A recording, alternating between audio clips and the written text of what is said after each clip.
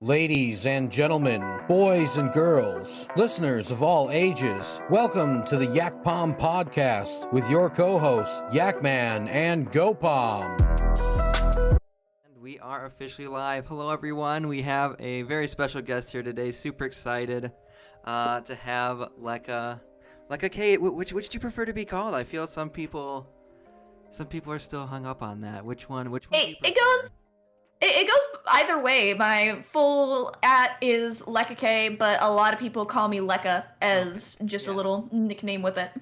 That's what I thought. Yeah, for those of you wondering where Yakman is under the weather. He is not with us. He might be supporting us in spirit in the chat as usual, but he's finally upgrading his PC and getting a lot more parts, and I'm super excited to see what he does with it once he fully recovers. But, yeah, that'll be nice. I know, I'm super excited for him to get all those stuff. Like, gaming with family is fantastic. Like super excited to have you, one of our very first Twitch partners, on the podcast here. I've checked out your About You info and everything else, and checked out some streams. Like, you literally do modeling, voice acting, pole dancing, singing, playing drums, like YouTube, everything, and you've been hosting here on Fall Guys with Twitch as well, and you're partnered. Like, is there anything you don't do? Like, I don't know how to play the bagpipes. Don't know how to play the bagpipes. Is that a yet, or is that something? That is a yet. I've never tried. Oh my gosh, that would be phenomenal.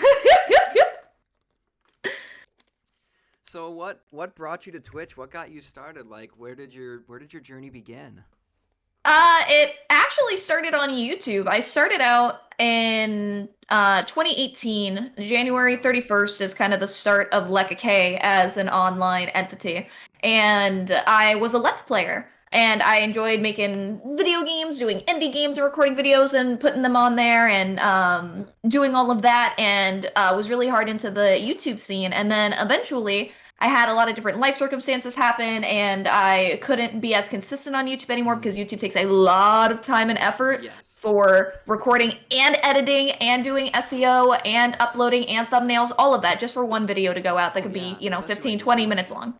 Yeah, it's especially when you're trying to get out 4 videos a week because that's all that you're doing. And I was new to streaming. I would do it every once in a while. Somebody had actually recommended it to me in the comment of one of my videos before, and I was like, what's streaming? Because I had no idea. I'd only ever watched Let's Players on YouTube before. So I had done streaming a little bit on YouTube, but it wasn't a focus of mine. It was definitely being YouTube focused first.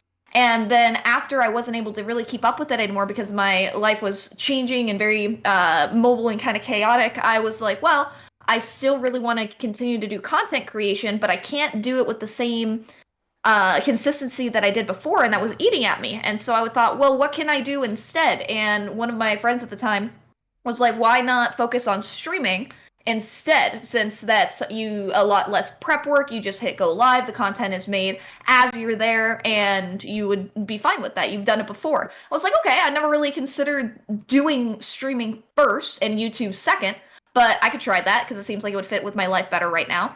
And so then I was deciding between Twitch and Mixer in 2019. Yep, and back when it was still around.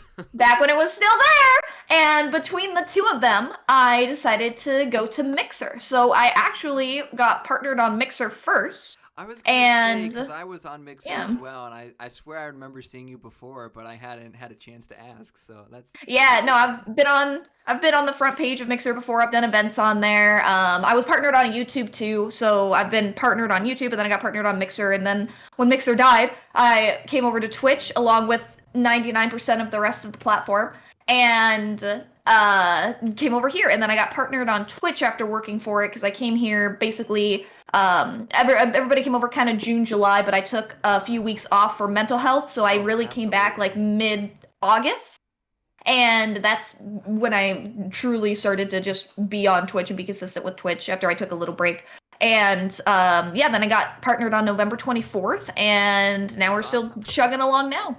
Yeah. So is this something that you do full time now, or do you work a full time? Okay, that's awesome. No, this is what I do full time. So I do content creation full time, and I've been full time with it since September 2019. So I've almost been a full time content creator for 2 years. That's fantastic. Yeah. So when it all came to that, like, what did it come to for branding and stuff? Like, it seems you were just kind of on YouTube and you already had like a platform, and then you kind of just expanded it and dispersed it further. Like, how did that work? Because I feel YouTube is very it's not like Twitch where I feel there's much more interaction. You can talk with people and network easier. Whereas on YouTube, how did you branch out beyond that? Well, the audience I had originally built on YouTube was basically filled with children, which is what I wanted to move away from because I am definitely not family friendly. But I had built a brand on YouTube that was trying to be family friendly, and I actually had horrible advice that I recommend nobody ever take, which is just play what's popular, and then you'll be fine. So I played a lot of Fortnite, and that got a lot of children in my community, and when I would stream, I would do Fortnite streams, and eventually I got tired of it because I just don't like Fortnite, and was like, well, I'm gonna play games I like instead. So I would do like Five Nights at Freddy's, which I actually enjoy, and other indie games, Subnautica. I was playing Spyro the Reignited Trilogy before I was really taking like a YouTube hiatus. I was still doing other indie games, and those were what I actually enjoyed doing, and I focused more hardcore into that, and a lot of the children left. And so some people stayed, and those people who still stayed and stuck with me were in my Discord server, so they knew that I was going through things, because it's not like I could only talk to them on YouTube. Discord was a big part of that. And then when I transitioned over to Mixer, some of them came, but you basically are starting over. And I didn't have a huge YouTube audience. I had like 2,500 subscribers, nothing crazy. And the views that I would get, even when I would stream on YouTube, were less than 20 viewers, so it wasn't insane. And when I started on Mixer, it would still be like to 10 viewers, and then slowly going up from there, and gradually getting better and better with time as I increase my stream and get more used to it, networking and using social media, using YouTube as well to put videos out to have better discoverability, all the things that you normally hear. So it was still a work essentially from ground zero again, all the way up. So it wasn't a huge help having a YouTube audience first, but what it did do was teach me exactly how to make a YouTube video successfully, whereas most streamers don't know or understand YouTube, and it freaks them out, so they either avoid it or they just put up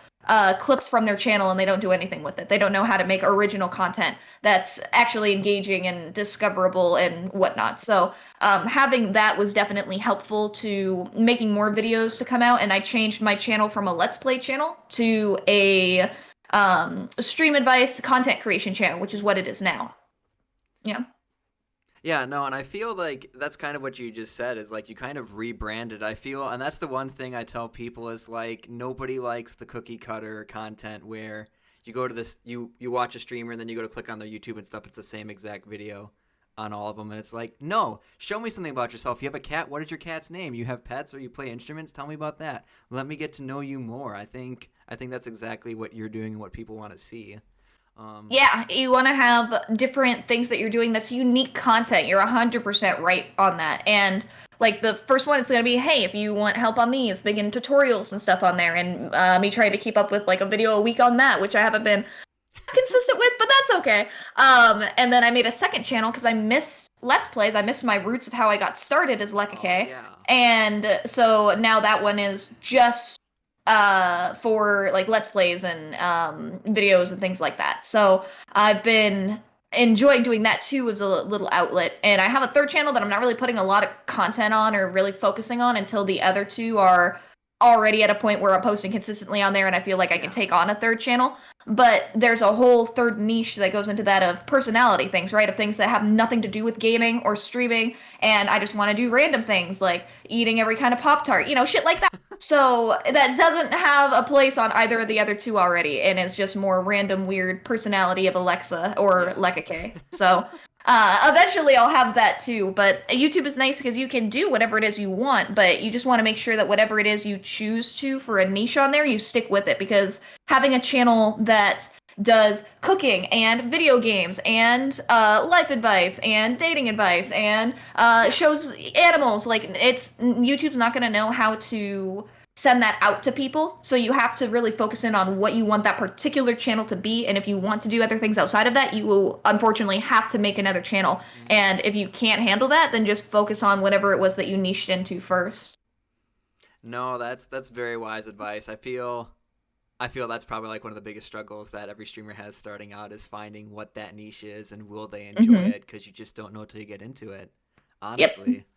But I don't know. I feel like I'm going to have to look that up. It kind of reminds me of like Rhett and Link, like trying every single Pop-Tart. Like, I don't know. Yeah, I haven't made that yet, but I want to. I'm like, these are those things that come into my head where I'm like, that would be funny. And that would just be enjoyable. And it'd be fun to make a little just weird video on that. And that I just didn't have a place for it. So I was like, I'll just third channel and eventually post things to it about it. It's fine. Yeah, so how do you balance and find the time for that? Like, I think that's the other big thing is, as a content creator, everybody has this like perfect mold of what works for them, and I feel for everybody it's a little bit different, especially with like mental health and taking a break. Like, how do you, I guess I should break this down, how do you separate that time for like mental health and yourself, and how do you find that time to be productive and not do too much? That's a great question, because that's something, like you said, everybody struggles with. And especially if you already have mental health conditions like I do. I have depression, I have seasonal affective disorder, I have ADHD. And and ADHD 100% makes it hard, because you start on something, then by the end of the day, you've started 8 different things and not finished a single one of them, right? So I feel that. But what I've found for making sure that you have mental health breaks to avoid burnout, especially, and exacerbating any conditions you may already have, is you want to have at least one day a week where you don't do anything. You don't respond to things on social media, unless you're just scrolling through social media casually, but you're not doing anything work-related. You're not recording or editing videos. You're not streaming on that day. You're not doing anything other than just being you and doing something about your identity outside of content creation. Because when you have your entire identity be content creation and do it every single day, then when you finally come to a day where you don't do something for it, you're lost and you don't know what it is that you need to do. And while it is still a big part of our personalities and lives, especially if we're full-time content creators or aspiring full-time content creators, you still need to take that separation, because you can't consistently keep that up long-term. You're going to burn yourself out from it. And I've been burned out before trying to do too much too. So there it is. And then the other 6 days of the week, you are more scheduling what it is that you're doing for the different days. So for example, like I stream 4 days a week, and sometimes I'll stream 5 days a week if I'm feeling spicy and up to it, but I have 4 days specifically I stream, and then the other 2 days that I don't stream, I'm still doing other content. So on those days I'm doing YouTube content, or I'm trying to get content together and look more into things for social media if I'm curious about like trying to grow my social media following in whatever way. Like Instagram, for example, I'm curious on how to do like hashtags and stuff like that, because I've never really understood hashtag groups.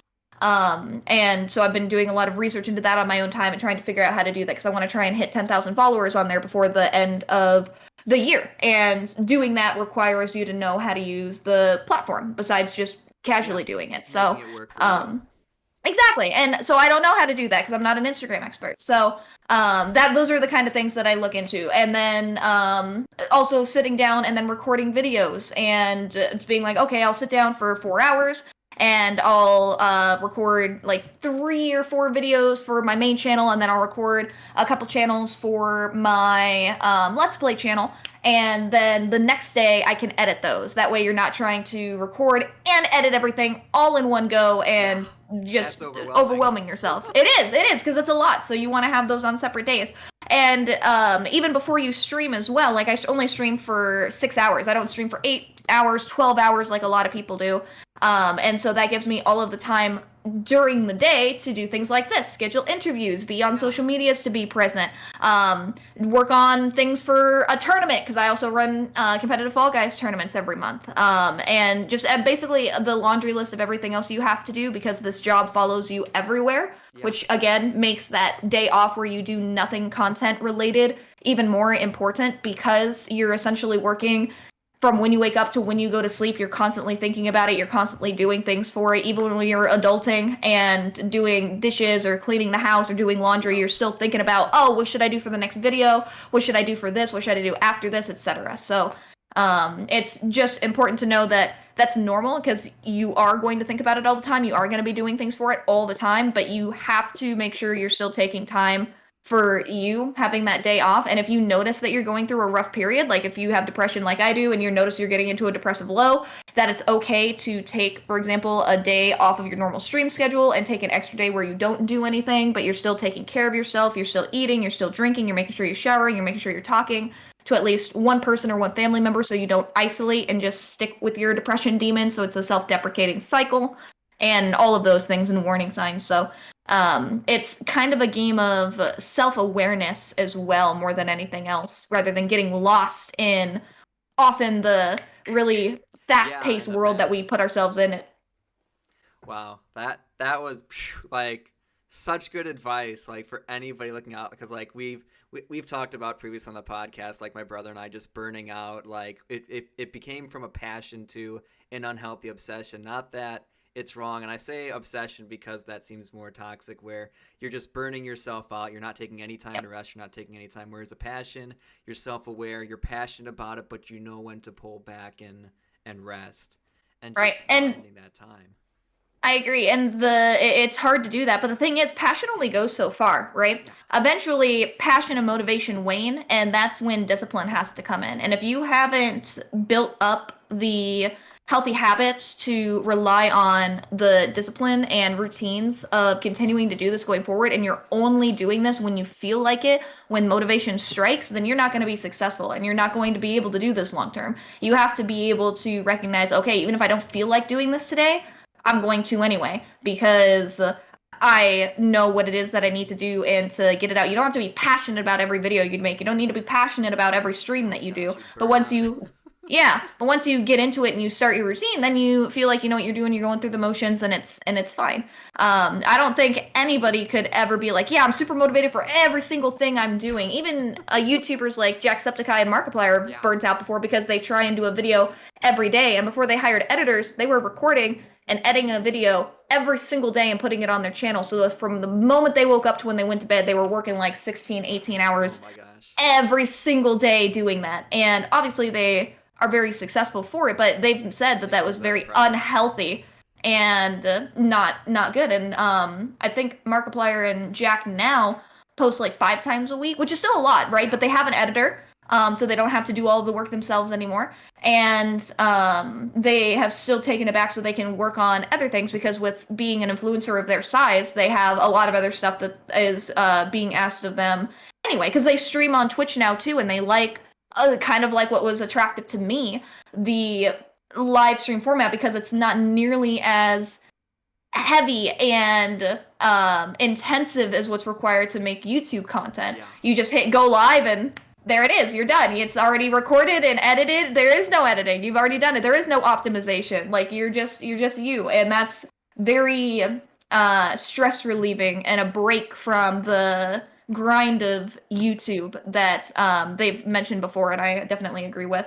Yeah, that was part of kind of why we did like the podcast. We started doing video format because it's another form of content, and some people, because I travel a lot for work for my job. I love listening to podcasts. I love getting new knowledge from individuals and people. And I was like, why aren't we doing this? Why aren't we sharing our stories with like our communities and all these other things? And so like, yeah, we're gonna be popping this up on YouTube as well, so like more people can get to know you and like just see the personalities. Because I feel whenever you listen to a podcast, you're like, this is what they look like, and you may be right, you may be wrong, but I don't know. Right. I just absolutely love it. Yeah, I think podcasts are super fun. Like you said, it's one of those where you know that you're not on stream, for example, so you're not trying to be like on necessarily, the entire time. It's it's not pre-recorded content, so you're trying to cut it up into pieces and have it. It's more casual, long-form video, and I think that's super nice, and people enjoy listening to that too, because you can kind of get better feel, like you said, for personalities of people when it's in this sort of content.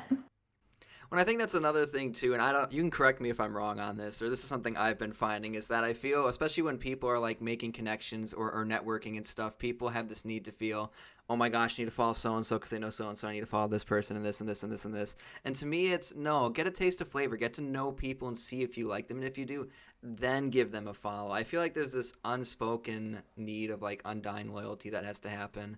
Yeah. Isn't always the case. Yeah, Lemon Silk, if you have any questions, please let us know. Yeah, no, I have seen that before where people are like, "Oh, I'm now friends with this community, so now I need to follow every like person of relevance in that community." And that's definitely not the case. If there's somebody you look up to, definitely follow them. If there's somebody that you admire, whether you know them or not, follow them. You always need to have role models. You're never going to be perfect. Even people who are huge, like Mark and Jack, they're idols of mine, so I follow a lot of what they do.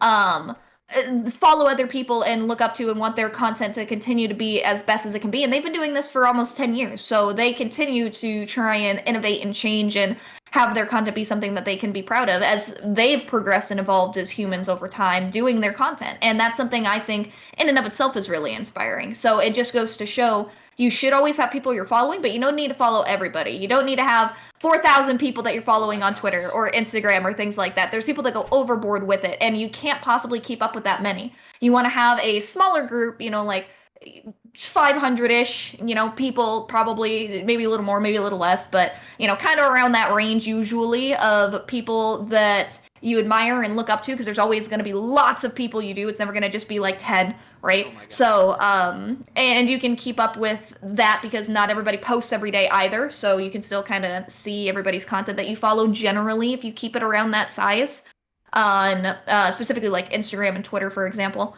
But yeah, it's important to still follow people, but not go overboard with it like you were talking about, or feel pressured to have to follow people if they're not someone you generally want to get more involved with and see what's going on with their lives. It's normal when you get involved in a new community to want to follow the people who are well known in that community, but you should only do it if you actually enjoy what they do and want to see what they're doing to learn from it yourself. Exactly, and I think, and that's another thing too, is like we have many guests on the podcast, and like something that like when I saw your tweet talking about it, and I was like, oh, they have ADHD too. They support Black Lives Matter. They're an activist. They're doing a lot of things for mental health and community. This is awesome. I would love to pick your brain more, and here we are. And I think that's just a really. I think it just goes to show like the power of Twitch and power of community, just getting to know people. Because like I can't remember who, but somebody retweeted your tweet that I was following, and that's how I found you. But I've been trying. I've went through my Twitter and cleared out all the friends that I'm like, I just followed them on Mixer back in the day. It was some silly contest. Like, right. I'm gonna clear it out, and now my feed is just so much more positive, and the content that I receive is the things that I need. Yes, it's to that stress of follow everybody. Now your feed is just like this nasty, like some good things, some bad things. I don't know if you experienced that too, where you have to kind of detox socially. Yeah, that's a very real thing. And I'm glad that you did that, because not a lot of people are like, oh, if I follow somebody, I can't unfollow them. And it's okay. You don't know anybody. Following and unfollowing is free. So if you change your mind, you can go back and follow somebody again at any time. Like, it's not a big deal. And anybody who's so obsessed with their follows that they track unfollows and refollows is not somebody you want to be looking up to or have in your circle anyway. So don't feel bad about it if you never have to worry about it, right? It's fine. People will unfollow you and follow you all the time on any social media you have, whether it's Twitter or Twitch or YouTube. It's just the way it is. They don't owe you anything, and that's fine. Just continue to make content and be you, and then you will attract people who like what it is that you do and put out. So don't stress over it. But what you said about the detoxing is really significant, because a lot of people follow accounts that they think they should be like, and if it makes them feel bad about themselves, if you leave social media after scrolling feeling like shit and feeling like you have less confidence than you had when you went in, or dogging yourself, etc., then you definitely need to detox who it is that you're following and what your feeds look like, because you should never have to leave feeling like crap. You should always leave feeling either entertained or inspired, or having like a net neutral, right? You don't always have to have something that comes out from it. But if you are going to have a feeling from social media, it should be some kind of positive one. And I think it's extremely responsible to recognize and have that self-awareness of, every time I go on Twitter, I feel like shit, so I just avoid Twitter. But instead of avoiding Twitter, because it's such a useful tool, especially as a content creator, that should be a signal to you to change who it is you're following on Twitter instead, because it can be a positive experience. A lot of people use Twitter to be negative and just crap on everything, but you just avoid those accounts. Don't follow those kinds of people, and follow the people who are putting out interesting, thought-provoking content, or social justice kind of content, or funny clips that they do. If you want to follow, mostly streamers and things like that, random things that make you laugh, dog accounts, whatever, it's like you were saying, something where you need to detox it so it's actually curated to be something positive for you. Yeah, no, absolutely. And I guess that's another question I have for you is like when you get to those points and when you are being yourself, I feel there's like a lot of pushback when people are being activists or promoting things they believe in that people should be supporting. How do you address and deal with those who are kind of setting up to like dump on you or your content or the things that you stand for? How do you address and deal with those things like in a positive manner? That's a great question, because basically, if you want to be a content creator in any kind of way, whether that's just a streamer, just a YouTuber, just a influencer on social media, it doesn't matter, right? If you're any kind of person, if you're any kind of person that exists online, you're already wrong. So you just need to embrace that, because automatically people are just going to hate you because you exist. So knowing that, it basically is extremely freeing once you realize that, because no matter what you do, people are going to hate you. There's nothing you can do about it. You can't please everybody. But as long as you're being yourself, you will attract people who reflect the same values that you have and look up to the things that you're also doing. And that's really what you want to focus hard into, are the people who are supportive of what it is that you do when you're being your true authentic self, not what you think they should be looking at or what you think they want to see, because you won't be able to keep up with that forever, and you'll just fuel imposter syndrome as well, which is something a lot of people already struggle with. So when you have somebody, for example, that is like, oh, you're just a streamer, you shouldn't talk about Black Lives Matter, or you're just a streamer, so you shouldn't talk about depression. Not only are they trying to gatekeep you and invalidate your experiences as a human, because you're not just a being that exists online, but you have to be able to essentially just block them and remind yourself, read the comments of the people who do support the posts that you've done on just like going along with this Black Lives Matter, for example, or reading the supportive comments of the people who like it when you're funny self and being authentic and you're posting weird selfies, or all these other things, or posting your advice video that you just posted on YouTube on how to speed run Super Mario Odyssey or whatever it is. You want to focus on the positives of what you are creating that you actually enjoy and are being yourself with. And when people come through that are going to be trolly and toxic, you just need to realize that their voice doesn't matter amongst the tens or hundreds or thousands, depending on how large you are, right, of people who are actually enjoying what it is that you're doing. Yeah, wow, that's amazing. It kind of just breaks down like perspective, like your way of like you're acknowledging it, but you're not like avoiding it at all. You're completely addressing it and then reinforcing it with, no, I'm doing the right thing, and if they don't like that, bye-bye, Yep, 100%. Oh my goodness. And for those who don't know, could you kind of describe and explain what imposter syndrome is? Sure. That's something I was actually talking about on my stream the other day. We were having a mental health just chatting stream, and a lot of people didn't know. So for those of you guys who are unaware, imposter syndrome is essentially when somebody doesn't think that they have hit a set of self-imposed standards, and therefore they are not good enough to be in the position that they are. And so you are self-invalidating the position that you've worked to, because you're thinking you're, quote unquote, not enough this, or you are, quote unquote, just this. And so therefore, because of you being, not enough or just this or that, you don't deserve to have what it is that you've worked hard for, or to be in the role or position that you've curated.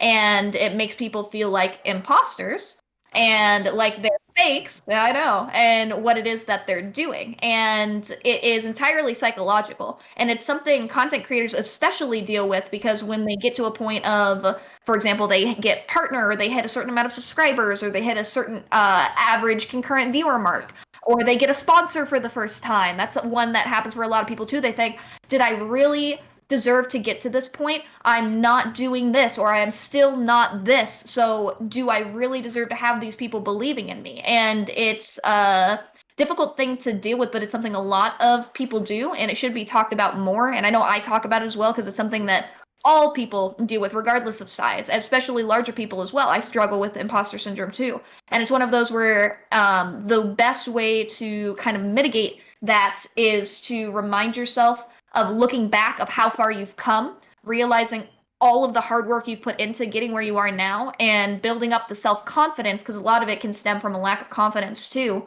that you deserve to be where you are because of the hard work you've put in, and that this doesn't mean you can just sit on your laurels and rest. You should enjoy that you've gotten there, and you should celebrate all of the hard work it's taken for you to get to that point.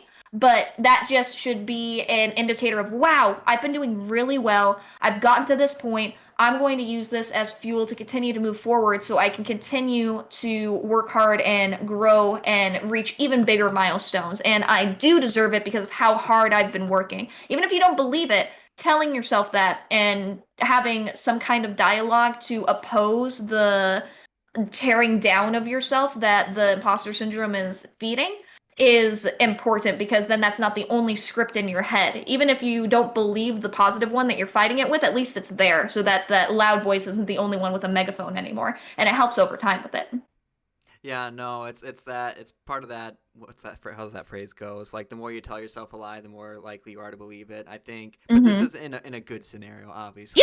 Yep.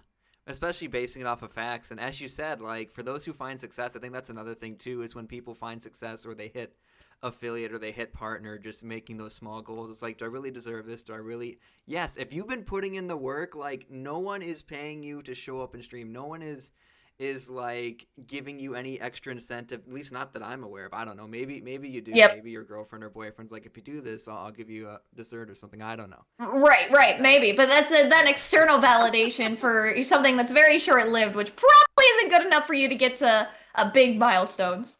Yeah, no, but I feel those should be used as like springboards to propel you into the next thing. Like, something like, I'm part of a stream team called the Dusty Rebellion, and Rebel Dusty Pinky is the leader of it. And something that he had said is, he's like, always have a plan for your next thing. Like, because if you're just going to hit partner, okay, well then what after that? It's kind of like the fireworks, everything dies. Well, what are you going to do next? Well, now I think that's time to kind of go back and look at those big dreams you had, and like, let's see where we can go with it. Yeah, 100%. That's really it. But it's also something I want to temper with and warn against, is you also need to make sure you're celebrating the big things that you've done, because too many content creators fall into the trap of, okay, I hit it, what's the next thing? Okay, cool, we're there, what's the next plan? And they don't ever stop to look back at what they've done and reflect on all of the work they've done to get to the point they are now.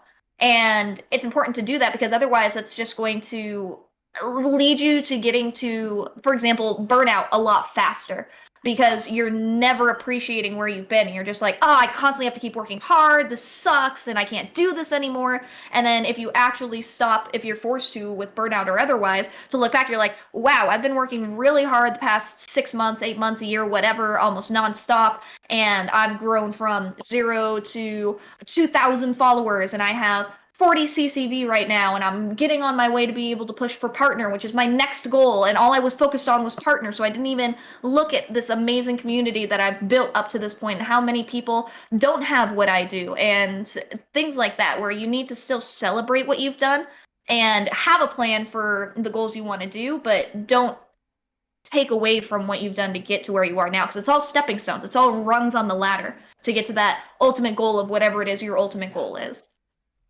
How do you get I feel that's another thing too, is like, how do you get the community involved? I think obviously setting goals, but like, you have a very, very amazing, very awesome, very big community. How do you keep up with it all? I feel that's something, like, even myself as a smaller content creator, is when you get to that point, how do you stay connected with everybody?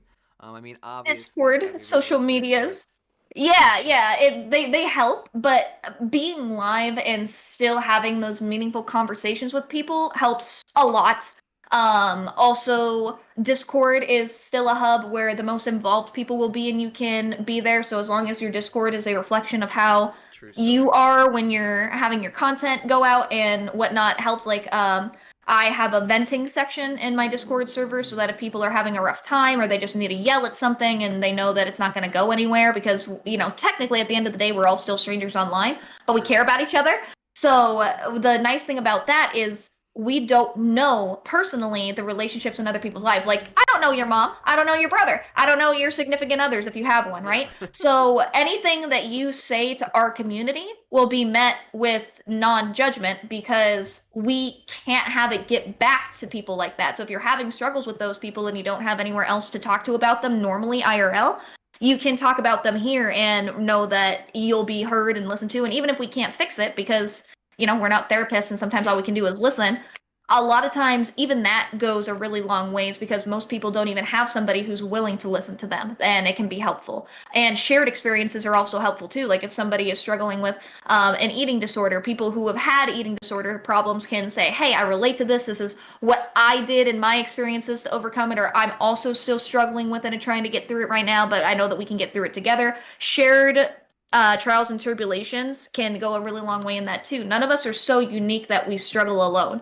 And that's something, especially with mental health, that is extremely significant, because most of the time those who struggle think that they're the only one, or they think their neurochemistry is wrong, or they think they're the only one whose brain is fucked up and they can't talk about it because they'll be weird, or they'll be labeled as, you know, this, that, or the other, because there's such a stigma on it for people who are neurotypical. And if you're neurodivergent in any way, then you're just told not to talk about it because you're weird and you're different. And being able to be allowed to talk about what's different with the way that you think is very freeing for a lot of people. And in my community in Discord and on Twitter and whatnot, we can talk about those things. And like I said, it's met with non-judgment, and that helps to build meaningful relationships with a lot of people. So even as you're growing, even if you're larger like I am, you're still able to have those connections with people and let them know you care as much as you can. And I can't respond to every single person because our venting gets used quite a bit,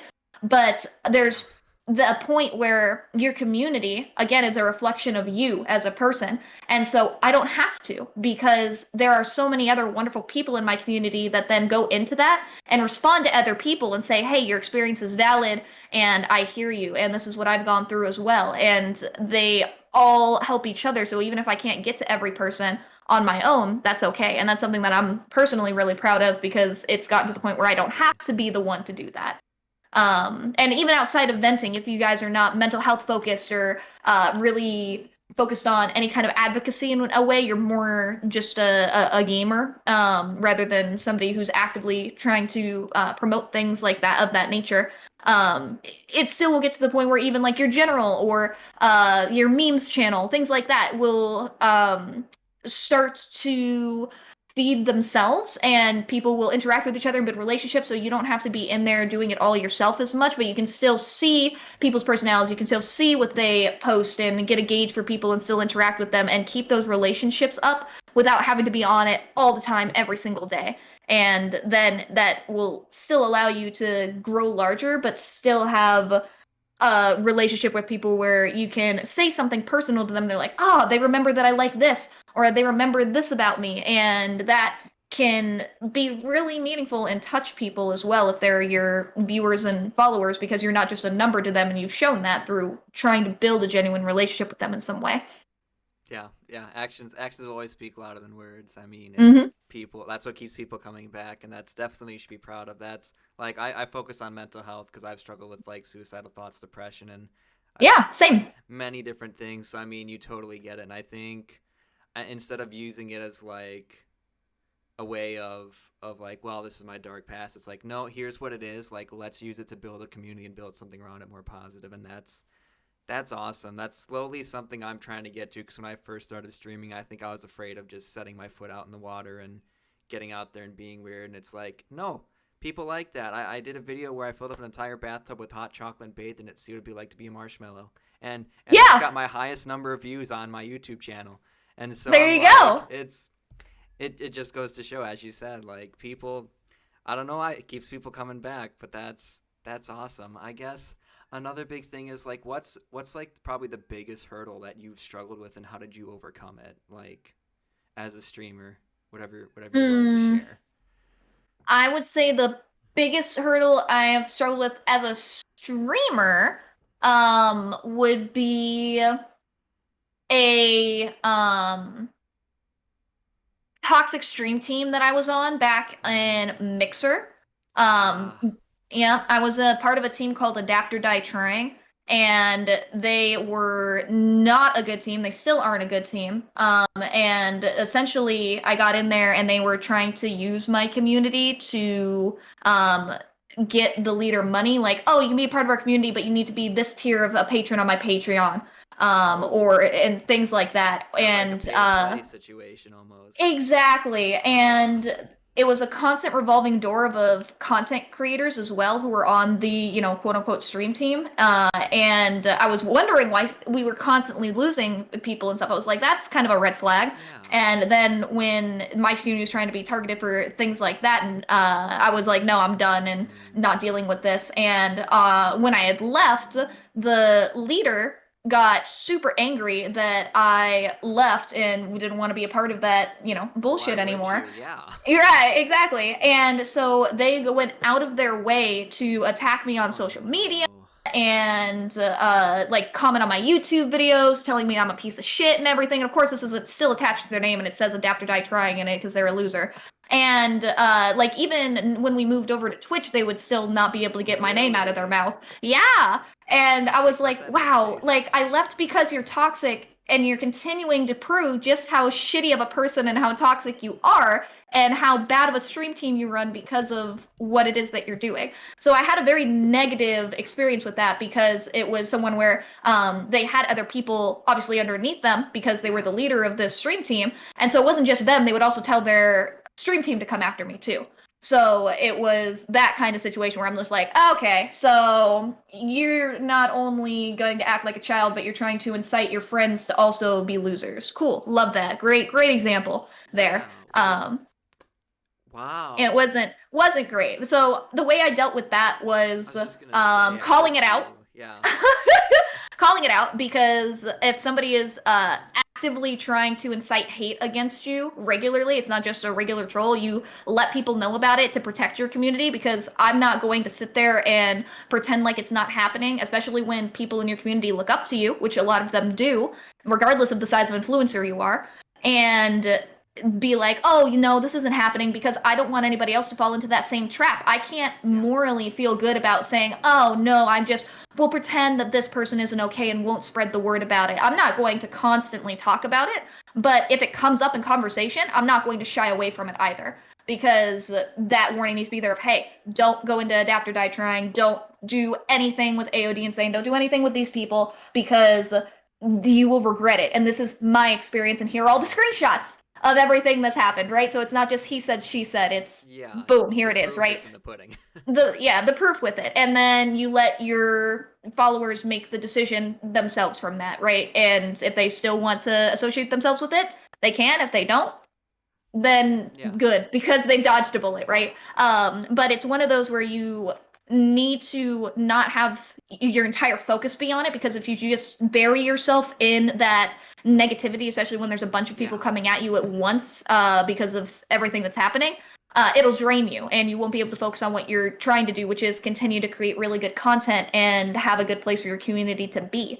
But like I was saying, at the same time, you can't shy away from it either, and you need to be honest with your community about what's going on and make them aware of what's happening, so that they too can be like, oh, okay, and your moderators can be like, oh, okay, anybody that's like that, we'll just get them out. We're not going to deal with it. We're going to press on and move forward. So that's essentially how I dealt with it, and now it's died down quite a lot, which is nice. And now that I'm over here on Twitch, it was only like a Twitter thing once where they were trying to say shit or something, and I haven't had to deal with it in a really long time, so that's good. And that's probably just the biggest struggle with as a streamer, was that really bad stream team experience. I know there are good stream teams out there, but it definitely left a very negative taste in my mouth for that, and made me want to create my own stream team in the future that was the exact opposite of that, where it's actually a positive place and it's a good environment.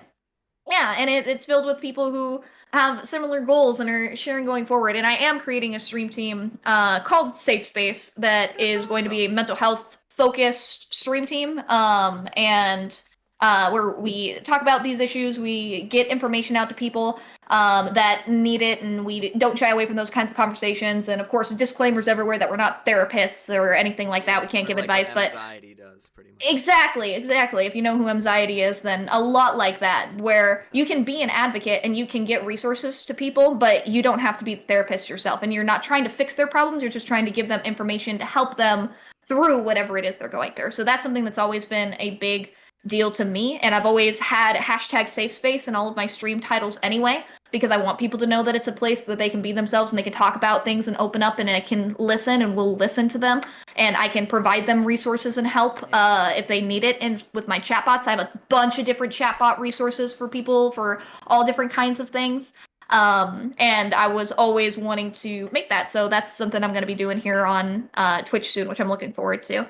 Outside of streaming, as far as like content in general or my journey, the hardest part of it was probably just the transition from Mixer to Twitch, because I was so involved in Mixer, and I honestly 100% hardcore believed in Mixer. It had problems, and we believed it you know, would change. it wasn't perfect. We wanted change to happen. We didn't want it to stay the same. We wanted it to evolve and grow.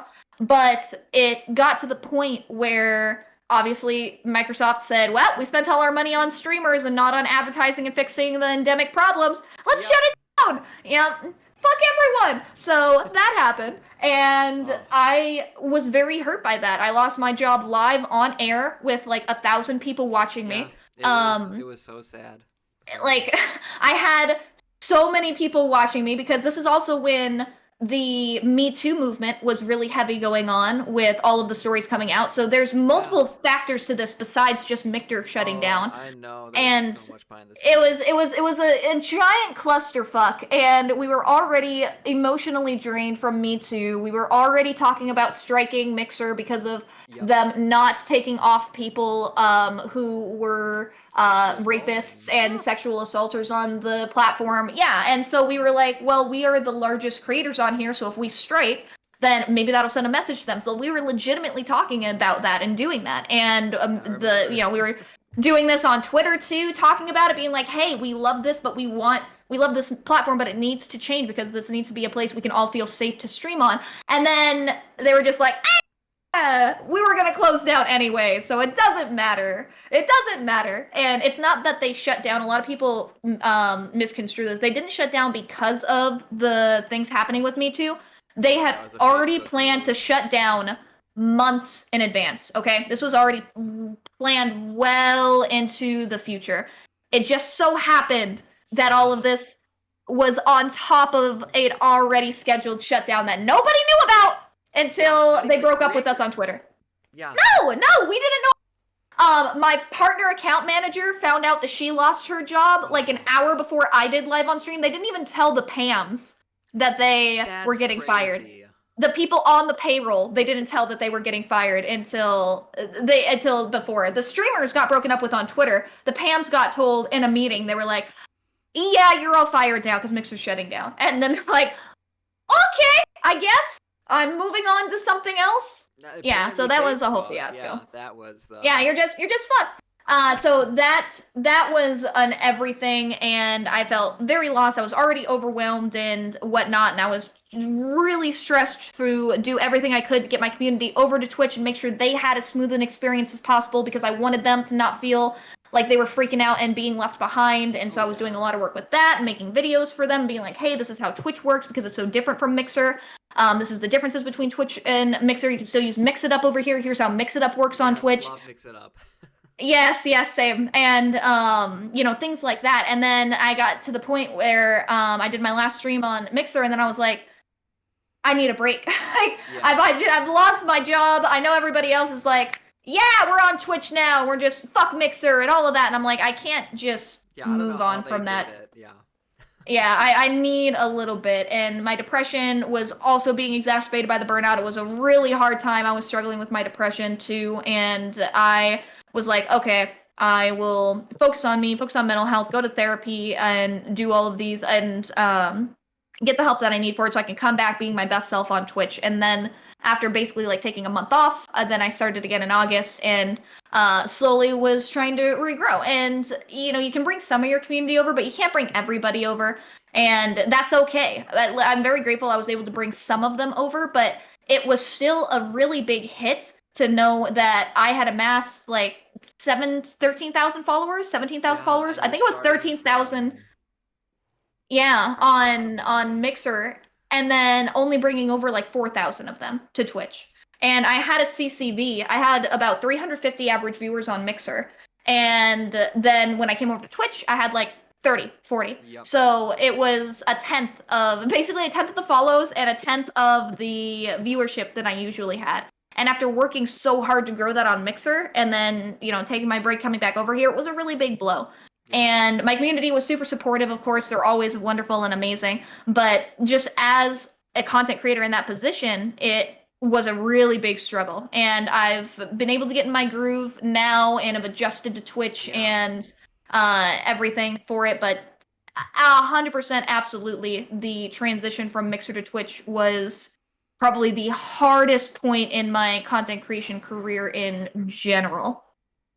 Yeah, no kidding. I feel for everyone else, like I resonate with that so much because like I had lost my job during the pandemic and then all that stuff happened. And so I was like, I'm gonna go full time, and then I was so close to doing it, and then it was gone. So Yep. but I mean, hey, we're here, we've recovered, and I mean, it looks like you're surviving and thriving over here. I mean, I'm super happy to see like you're hitting those numbers and hopefully beyond. I feel like one of the positives I look at was like Mixer and the grand scheme of like streaming world was a pretty small pond, whereas Twitch was like the big grand open waters, and you've taken to it so well. And oh my goodness, like I'm just super happy for you that you're in a much better place. And it sounds like you're going to be moving soon. Yeah, I am. I'm going to be moving soon to Idaho. I'm here in LA right now because I moved out here at the beginning of the pandemic. Woo! Because I totally didn't expect a worldwide pandemic to happen. So I came out here in, March of 2020, which basically meant I was going to spend my entire time here locked in my apartment.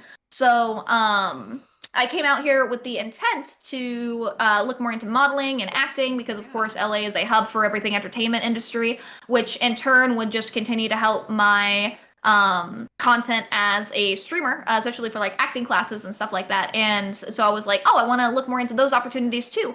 And obviously, all of those opportunities basically died when the pandemic happened, and you can't really look into any of those things. So I was like, well, I can just focus on streaming and content creation, I guess. I can do that because I have my computer and I'm inside my house the entire time. So that's kind of what happened. And then I was like, well, pandemic's not going over anytime soon. COVID is still here and worse than ever. So I want to be closer to family so I can help take care of them during this pandemic and in general anyway, since my grandparents and my parents, they're older and I want to be able to help take care of them too. And it'll be nice to see them as well for social interaction because we're all humans and being able to see people on a regular basis is a big deal. So I was like, well, it's kind of two birds with one stone. I get to move somewhere that's not LA, that's overpriced as hell. I get to be closer to family, and then I can help take care of them, but still have good internet and work hard to continue to like grow my career and move forward with that. So it was a lot of things where I'm like, okay, we're gonna go to Idaho because that's where my family is retiring at. So I'm actually gonna be moving there in 3 weeks ish. Actually, now, yeah. Oh wow, congrats! Yeah, no, I've been popping in and out of a few streams here and there, like, and then you mentioned with like the breaker and stuff and all those fun things with living in LA. Oh no, I live in a crappy apartment, dude. I live in like the fucking ghetto because my rent is already like super high, but it's LA, so it only gets me a shitty place to live, despite the rent already being really, really high. And so my breaker goes out all the time. Like I can't have my air conditioning on and my computer at the same time. I can't have my air conditioning and microwave on at the same time, otherwise it'll break. And I also share the breaker with 2 other apartments. So if they also overuse the power, then the breaker will go out. It's not just me. Wow. So Yeah, so you've been none of us surviving. can overuse the power. It's horrible. It fucking sucks. It's Yeah. terrible. And I have Spectrum, which is a I do too, horrible. Oh my unfortunately. god, I miss fucking my 420 horrible. communications. I hate it. I hate it so much because then even if my breaker is working, sometimes Spectrum will just choose to eat a bag of dicks and be like, "Nah, it's fine. I'm just not gonna work," and then you're not gonna be able to do anything, even though Yep. your job entirely relies on the internet. And it's the only internet provider that would come out to the place that I live, so I had no other option. They were my only one. Yeah, so it's a whole maelstrom of bullshit that I'm very excited to be moving away from in a few Yeah, no weeks. kidding. It won't be closer to family. Oh my goodness. Yep. I guess my other big thing is, and this is the other question we have. I mean, I probably should have previewed you this, but what is the number one piece of advice you could give to someone starting out streaming? Like in the grand scheme of everything, like the number one piece of advice. Number one piece. If it's for a streamer that's starting out on Twitch, then my advice is to not stream a lot because the mistake so many people make that I've seen time and time again is they spend all their time streaming and no time engaging in other people's communities and trying to make content outside of Twitch. And even if you're new and it's overwhelming to do YouTube, that's okay because you can still grow your stream and grow your communities if you are still spending less time streaming and going into other people's streams, genuinely making connections with the streamer and with their communities and growing your well-known stuff that way, right? There's a difference between self-promoting and being a dick and saying, oh yeah, I'm live or I'm about to go live and being an asshole in people's chats like that. Oh, I only popped in to say hi, I'm about to stream. Don't do that shit. We hate it and I'll time you out and a lot of people will just ban you anyway. So, don't be that person. But actually going into people's communities and hanging in their streams, talking with them, and that way you're a name that people know. And when you come into chat, people say, "Hey, such and such." It will help you so much because then people will inevitably follow you, whether you ask them to or not. And you shouldn't be asking them to follow you, but people will because they like your personality. They see you all the time, and a lot of people on Twitch are also streamers. It's just the way it is. We're a lot of streamers who watch other streamers. And whether it's casually or because we're trying to make it a full-time lucrative thing. So working to network with other people, engage with their communities, engage with streamers and people in a meaningful way, and then being consistent with your streaming schedule are the probably two biggest pieces of advice. If you say you're going to be live at that time. If all you can do is be live 3 days a week for 4 hours, be live those 3 days a week for 4 hours. Because if people don't know where to find you or when you're live, they're not going to come into your streams because why would I watch a TV show that says it's going to be on at 6 and then it's on the next night at 7? I won't know when to watch it, so I'm just going to give up trying to. So if you guys want to grow, definitely make sure you're putting yourselves out there and being as social as you can. Even if you're an introvert, you can do that online still and be consistent with whatever your stream schedule is that's feasible and works for you. Yeah, wow, no, consistency is such the big key when it comes to getting to know people and building those communities. Where can everyone find you? Yeah, I'm Leckakay on everything. I'm all over there. You can find me on Twitch at Leckakay. My main YouTube channel is Leckakay for content creation advice. Twitter is Leckakay. Instagram's Leckakay. Facebook's Leckakay. All of that is Leckakay. So if there's a social media, I probably have a handle for it, even if I don't use it, just to save the handle. Yes. Exactly. So, feel free to come through. I'd love to talk to you guys. If you found me from this podcast, let me know. If you catch me when I'm live or you comment on a video of mine on YouTube, I think that'd be super cool to know. But I would love to see you guys for sure if you want to come on through. Yeah, Lekka, thank you so much for being here. It's been an honor, and I hope everybody's gotten something out of this. For those of you listening, links will be included in the description to this podcast. So don't worry, we will get you connected. Woohoo! Yeah. Thank you for having me. I really appreciate it. It was very fun to be here, and it's always nice to be able to chill and chat. So thank you for putting this together. Yeah, absolutely. Thanks for being here. Stay healthy, stay awesome, everybody, and we'll catch you next time. See ya.